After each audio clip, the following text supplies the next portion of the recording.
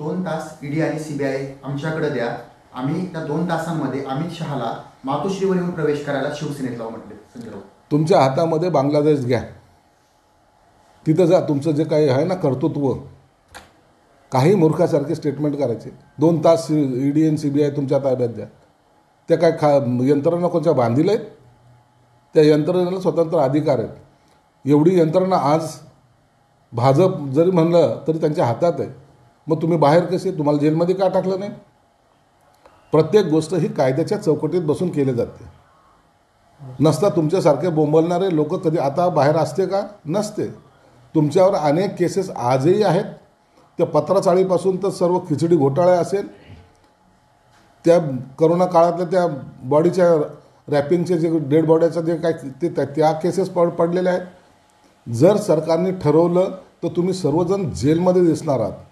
म्हणून तुम्ही इतरांना आव्हान देण्यापेक्षा स्वतः केलेले पाप धुण्याचा प्रयत्न करा.